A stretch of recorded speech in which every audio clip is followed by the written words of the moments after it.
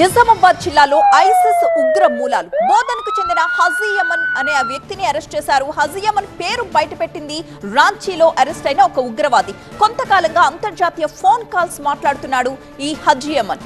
నిన్న బోధన్లో ఉన్న హజీయమన్ ఇంట్లో సోదాలు చేశారు. ఎయిర్ గన్ స్వాధీనం చేసుకున్నారు ఢిల్లీ పోలీసులు. నిందితుడిని ప్రస్తుతం బోధన్ కోర్టులో హాజరుపరిచి ఢిల్లీకి తరలించబోతున్నారు. అయితే తమ సోదరుడు ఎలాంటి తప్పు చెయ్యలేదు అంటున్నాడు నిందితుడి తమ్ముడు. ఒక యాప్ లో వీడియో కాల్స్ మాట్లాడేవాడని, అలా పరిచయాలే తప్ప ఉగ్ర లింకులు ఏవీ లేవు అంటున్నాడు. ఈ విషయంపై మరిన్ని వివరాలు మా కరెస్పాండెంట్ దివాకర్ అందిస్తారు. मेरा भाई कुछ भी नहीं करा, मासूम है, उसका कुछ इन्वॉल्व नहीं है.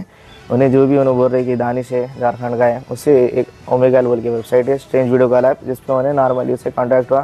नॉर्मली उनकी वीडियो कॉल कन्वर्सेशन है, as a friend, male friend बातचीत हुई. उसके बाद उन्होंने कॉन्टैक्ट शेयर करे. बस वो शक में उन्होंने उसको पकड़े. जो भी उन्होंने रेफर बोल रहे, जो भी उन्होंने केस है बोल रहे, जो भी उनको ढूंढना था सब ढूंढे, कुछ भी नहीं मिला. एज ए प्रूफ घर में जो चेकिंग थी चेकिंग भी कर लिए. हम भी उनके साथ अच्छे से कोऑपरेट करें, उन्होंने भी हमारे साथ अच्छे से कोऑपरेट करे.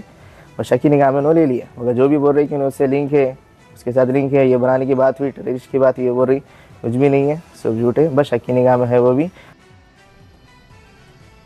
తమ సోదరుడు ఎలాంటి తప్పు చేయలేదు అంటున్నాడు నిందితుడి తమ్ముడు. ఒక యాప్ లో వీడియో కాల్స్ మాట్లాడేవాడని, అలా పరిచయాలే తప్ప ఉగ్ర లింకులు ఏవి కూడా లేవు అని చెప్తున్నాడు. మరింత సమాచారం మా కరెస్పాండెంట్ దివాకర్ అందిస్తారు.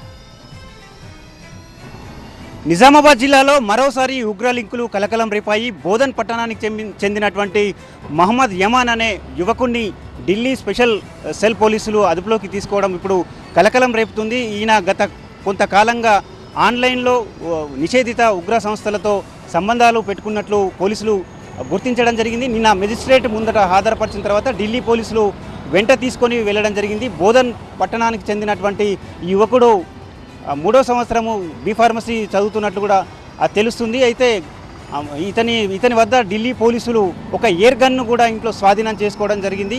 గతంలో కూడా నిజామాబాద్ జిల్లాలో నిషేధిత ఉగ్రవాద సంస్థలతో సంబంధాలు ఉన్నట్లు కూడా గుర్తించి ఇక్కడ నిజామాబాద్ నగరానికి చెందిన కొంతమందిని యువకులను అదుపులోకి తీసుకోవడం జరిగింది. తాజాగా ఈ బోధన్ పట్టణానికి చెందిన యువకుడు పేరు బయటకు రావడంతో కలకలం రేగుతుంది.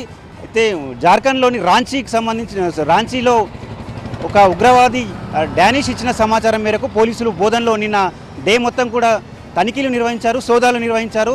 దీంట్లో భాగంగానే యమాన్ను అదుపులోకి తీసుకొని వాళ్ళు విచారణ చేసిన అనంతరం మెజిస్ట్రేట్ ముందర హాజరుపరిచారు. అక్కడి నుంచి నేరుగా ఢిల్లీకి తమ వెంబట తీసుకోవడం జరిగింది. ఆన్లైన్లో నిషేధిత ఉగ్ర సంస్థలతో సంబంధాలు ఉన్నట్లు కూడా గుర్తించారు. అతని వద్ద ఎయిర్ పిస్టోల్ని స్వాధీనం చేసుకున్నారు. అయితే తరచుగా నిజామాబాద్ జిల్లాకు ఉగ్ర లింకులు బయటపడటంతో ఇక్కడ ప్రజలు ఉలిక్కి పడుతున్నారు. ఇది తాజాగా మరోసారి బోధన్ ఘటన తెరపైకి రావడంతో ప్రజలంతా కూడా ఉలిక్కి పడ్డారు. ఒక్కసారి కూడా అయితే పోలీసులు దీనిపై స్థానికంగా ఉన్నటువంటి పోలీసులు ఎలాంటి నిర్ధారణ ఇవ్వకపోయినప్పటికీ ఢిల్లీ పోలీసులు మాత్రం యమాన్ను అదుపులోకి తీసుకోవడం జరిగింది.